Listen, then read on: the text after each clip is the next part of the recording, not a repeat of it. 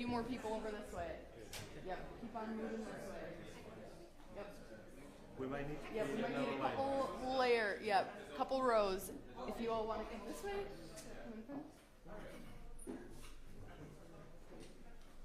You guys come over here. Thank you.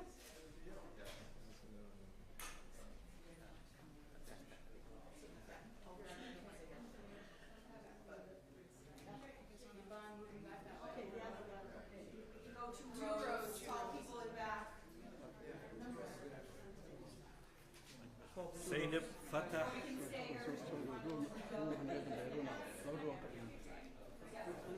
No, that's followers short. I don't know.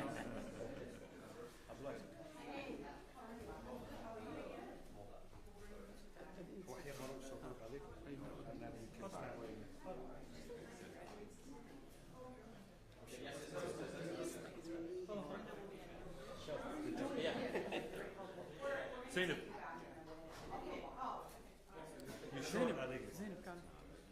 It's not gonna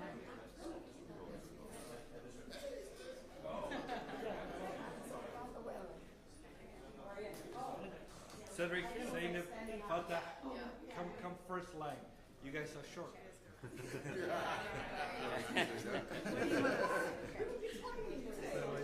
I know. Like some God.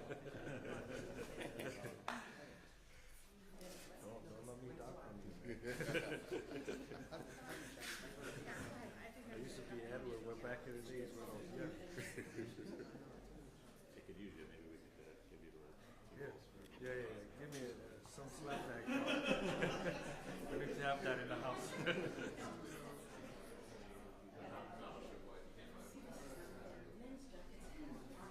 Yeah, I know. Ours are some shut, and if they do have them, they're some shut.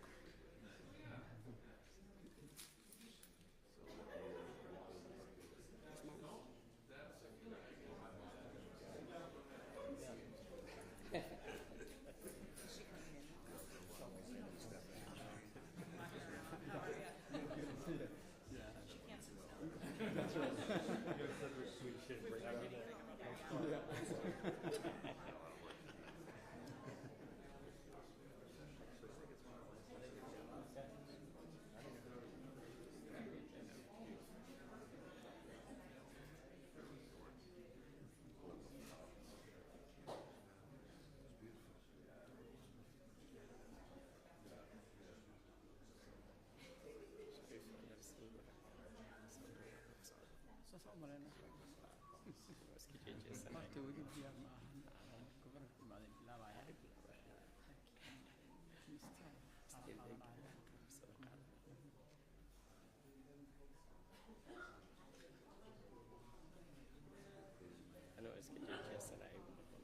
That's fine.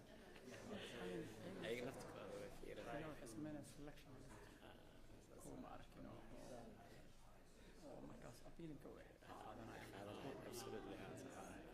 Latino, every day we've been they put us right there. What's amazing? 4 days, no disturbing. Turn off the phone. Me and my wife. Her mom had the kids.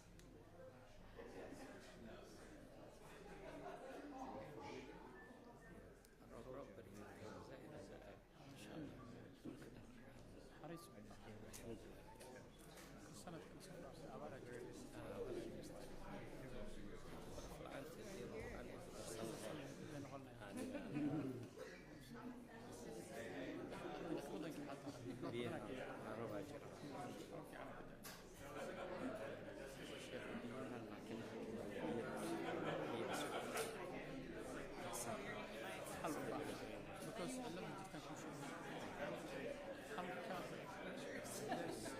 hal ay jiro fiican oo sahlan laakiin dadkeenni u diyaarsan for example beledweyne oo kale waxaa loo sameeyey lacagaa loo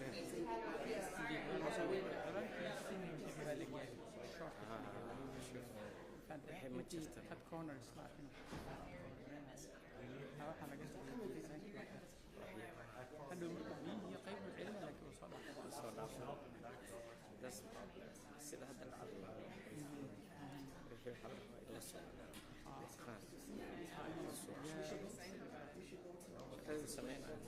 ma la sugaayo kala qabaynayo qabayntaas aan hadda fiiri manala joogtay markaan kenya wasiirkeeda iyo aan la fadhinay hadda maanta ma la jooga kenya foreign minister jooga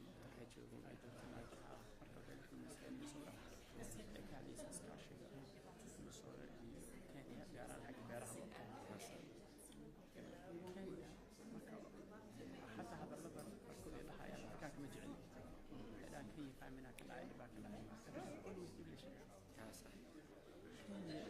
هي ما أعرف انتظر أساسا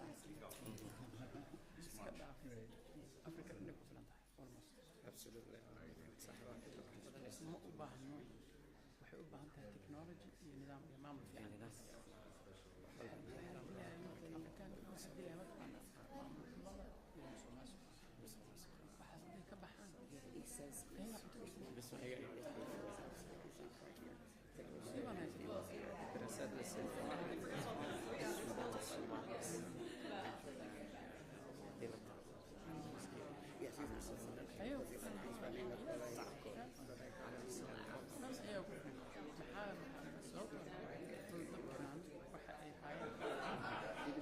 مشكلته ما أهان resource نمو management of resources slip كاسا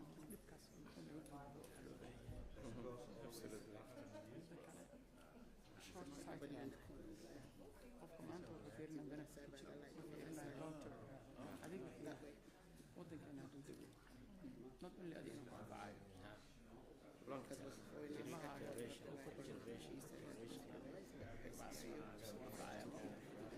لكن أنا عقلي أن أكون إجيا معلم مالك عبر وهذا وإجيا وهذا وقع حفائي واحد وقع وانتهت يا صباح اللي بدل عين حسرة حلقة بدل اللي بدل من اللي هو جن رجع لي حاجة بين كارسون من مرة عارف انت ملو وعارف تمام being cool is a state of mind. ما هو ده something on the ground. state of mind بس كحلا فقط لقى نقول. absolutely هذه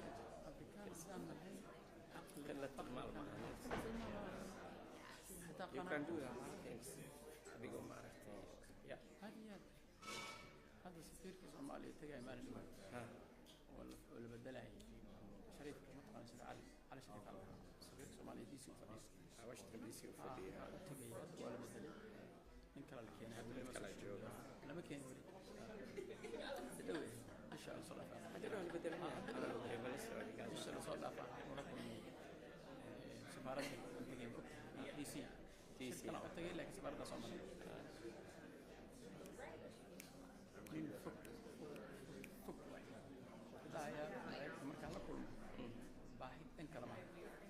Oo ninkaasan khatar waa. kala hadlaa u dhahay opportunities annaga haysano ayagu u baahan yihiin Ayagu u baahan yihiin. Kheyraadkaasaan kusoo idinkana ugu faa'iidaystiin.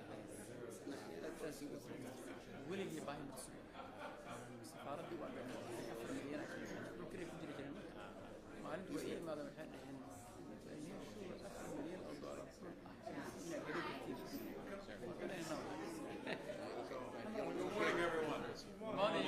Good morning.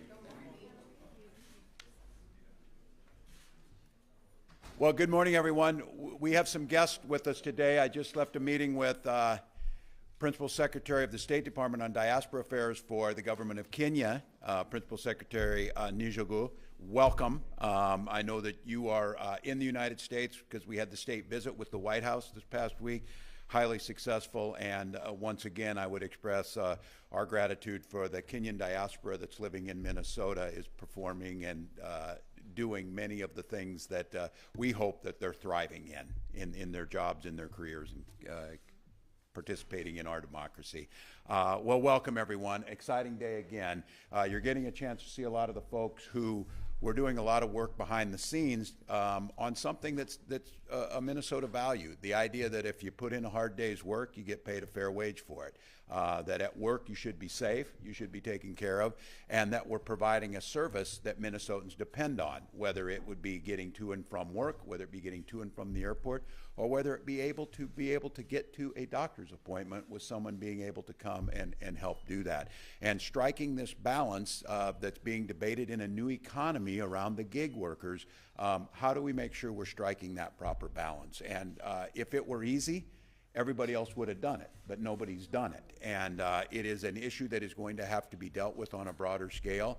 But here in Minnesota, with the folks you see behind us, some of the leadership you're going to hear from, we were able to strike a proper balance that made sure that we were holding those values of worker protections, worker fairness, and also making sure that the businesses themselves can continue to thrive and continue to grow so that people could use those services. And this has been a challenge. It has been difficult to do, but I just want to say is these are the folks that stuck with it. These are the folks that said compromise is possible. We can make this work, and at the end of the day, that's what they got. So today we're here to do what needs to be done, to note when these things happen in public, how they get done. We were hustling a little bit to sign a lot of bills due to the regulations to make sure that we didn't miss our window and that it became law, which it did. But I think today is really important, especially as you're seeing the folks who are here, and for Minnesotans to see how did this come about. Lots of thanks to give. Lieutenant Governor will give a few words, then we'll hear from Senator Fateh, we'll hear from Representative Hassan. I'm going to give a huge shout out. You've heard folks talk about this. I believe we've got the best commissioners working in state government in the country, and Commissioner Blissenbach from Department of Labor and Industry has been fantastic.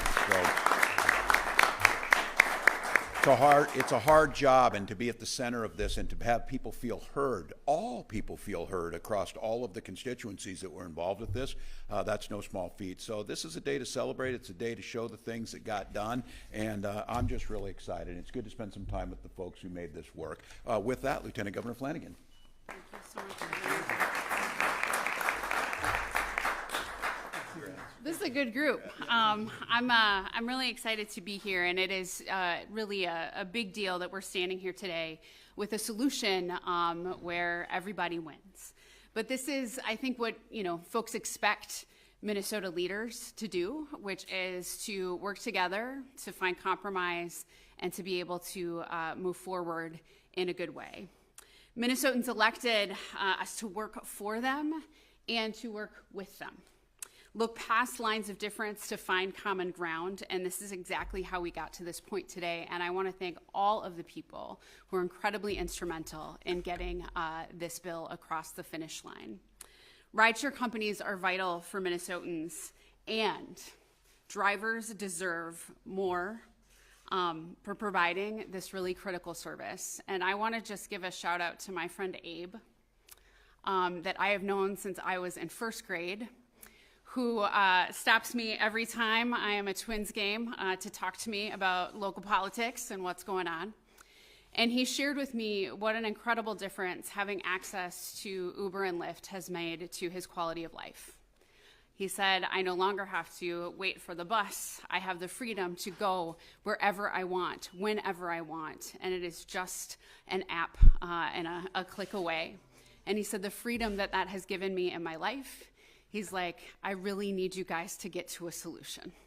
So thank you, everyone. I can't wait to go back to the Twins game and tell Abe that we got it done, and we got it done together. But everyone knows just how incredibly important this is, and for drivers to be able to be compensated fairly for this vital service that they provide. So thank you, thank you, thank you to everyone who got this done, to our elected leaders. And with that, I will hand it over to Senator Fateh.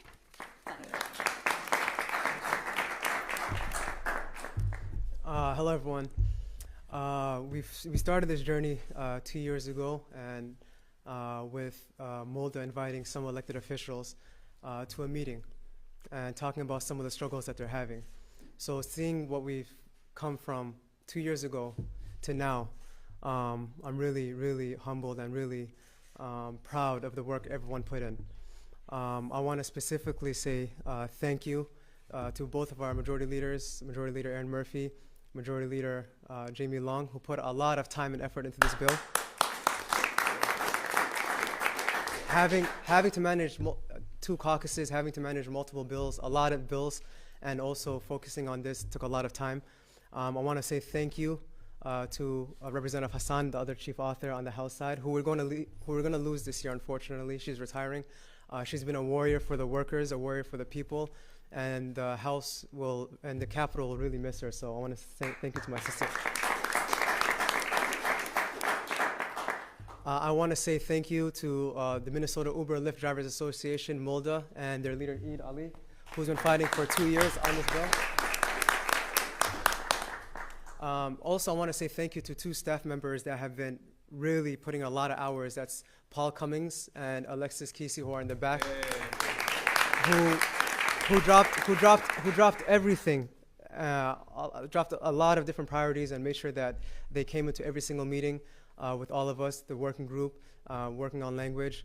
I want to thank also Commissioner Blissenbach, who spent a lot of time on this bill as well, who has been really, really instrumental, and also Steve Cooper, who's in the back right here, who served as a lawyer for the drivers throughout the fight.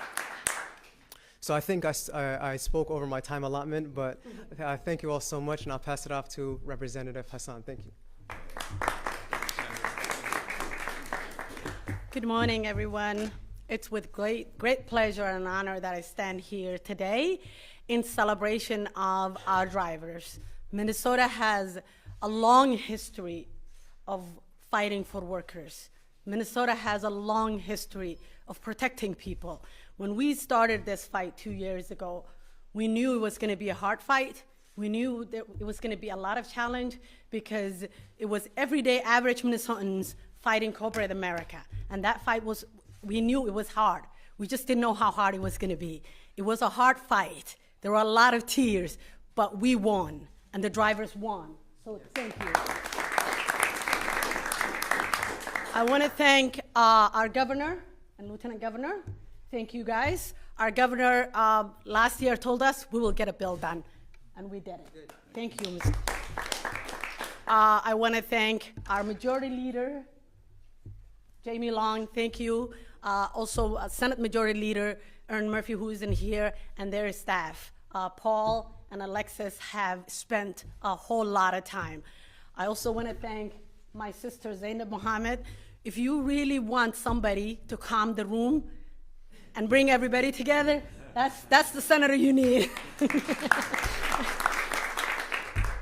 She was the glue between Omar and I. We both are hard-headed human beings, but she kept it together. I want to thank our leaders from our community. We have 2 imams and other great leaders, our drivers, everybody who has made this happen, everybody who has shown up at a hearing, everybody who has talked to the governor's office, our leadership who said we want a bill done, and this bill was done. I know that, only few people fight the fight, but victory belongs to everybody. This victory belongs to all Minnesotans. So thank you. I also want to thank my brother Samakab and my brother Rep. Noor, who also kept fighting alongside with me in the House. Thank you. Our leadership from the Posse Caucus, Rep. Frazier and Rep. Agbaje, who are tremendous leaders. They are great leaders, and they made sure that this bill was going to sign into law. They made that happen. This victory belongs to all Minnesotans. Thank you. We'll sign it, then we'd be glad to take a few questions afterwards. Let's get this.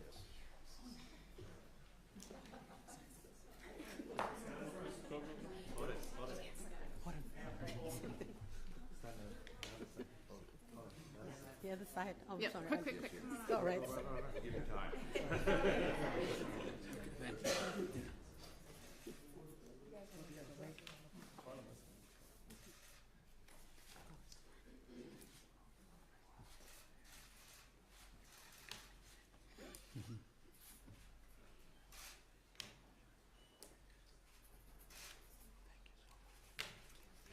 There it is.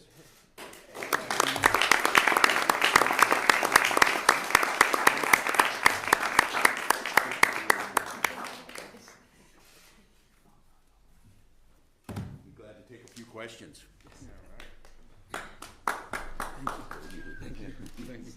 So, Governor, there are some who say the negotiations over this bill might have been a roadblock to a bonding bill and other things, the ERA amendment and that kind of thing. Do you believe that? no, we had 4 months to do the work. There were a lot of other things. We spent 8 hours on a 200-word bill that got rid of junk fees. So no, this is all part of the negotiation on this. It was clear at the end that there were folks who did not want the ERA. There's folks that wanted to continue to have weapons on the street that had binary triggers, and there's folks that wanted to tie up a bonding bill on this. This was a negotiation that had to happen, and it's not unusual for things to come down to the final wire, but it was pretty simple to get a bonding bill, just say yes, and we were out there and we could have got that done. I understand this bill has some protections when it comes to getting requalified or reinstated, in addition to the rates that were set in the bill. There's more going on than just basically. Yes, hi everyone. Nicole Blissenbach, Commissioner of the Department of Labor and Industry. The bill really tackles a number of areas that the task force that met last summer into the winter reached consensus on. So it has pay transparency, has minimum compensation, has an insurance section, and also has protections related to deactivation. So that deactivation has protections moving forward, but it also has some process and protections for people who had been previously deactivated.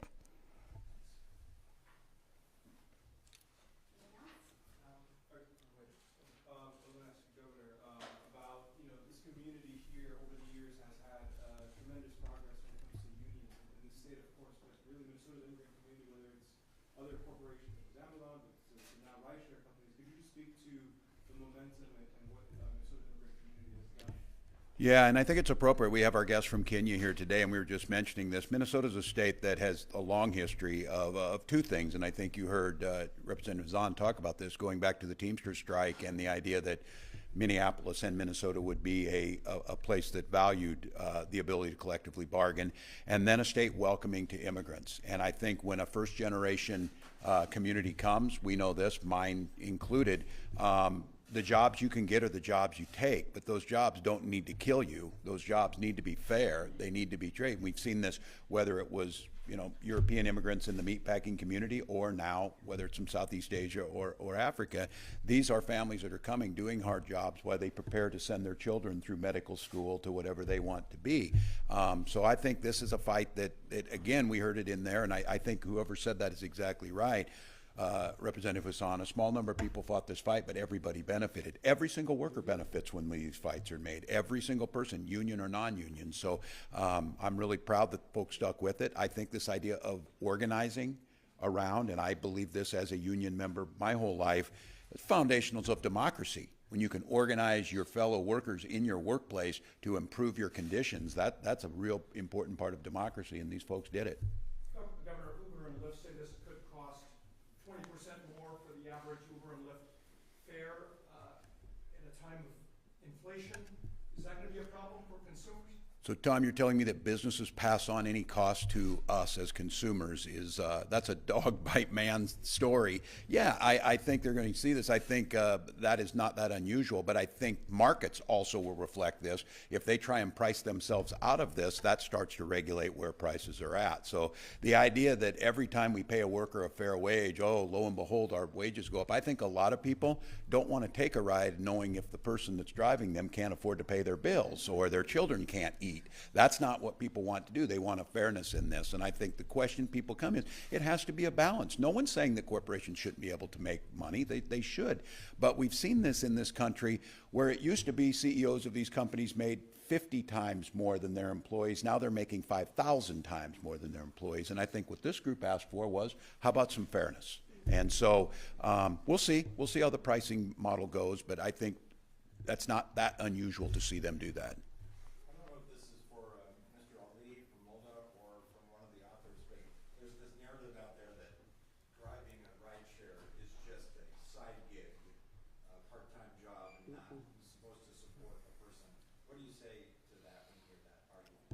Well, being in this industry for the last 11 years, and being as a driver as well, I know how much it takes to just be a driver, and also being as a family person, a dad of 5 children, I know how much it takes to just support a family. So I don't think this is a gig economy or a gig work. Maybe for many people it's a gig work, but the community that I am a member of depend on this as their livelihood, and it's like 100% full-time job for them. So it's not a gig, it's a full-time job. So that's why we need to make sure that these drivers who are putting 12, 14 hours time to just make enough so that they can support their families. I would just say in closing, thank you all this. 2 things over the Memorial Day weekend, I think, where many of us had the opportunity to be doing what we wanted to do. We had Minnesotans out there. First, I want to thank the rescuers who are up in the Boundary Waters still. We have a National Guard unit up there assisting local first responders in trying to locate our 2 missing canoeists. And then I think we'll be putting out the information this morning, our condolences across the country. We had 21 people killed in a rash of storms. Our neighbors in Iowa are stressed to the breaking point on trying to recover. We sent a team from Homeland Security and Emergency Management down to help them do damage assessments and things. They were down there last night at the request of the officials in Iowa. So Minnesotans are helping their neighbors on that. And I think, again, we're looking at a pretty rough weather season on this. It's my public service announcement to everybody, pay close attention to this. We were spared most of this over the weekend. Our neighbors were not. So just so you know, we've got Minnesotans down there on that mission. So.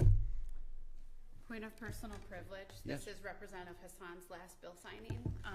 So I just want to thank you for all of your good work and just give you a round of applause.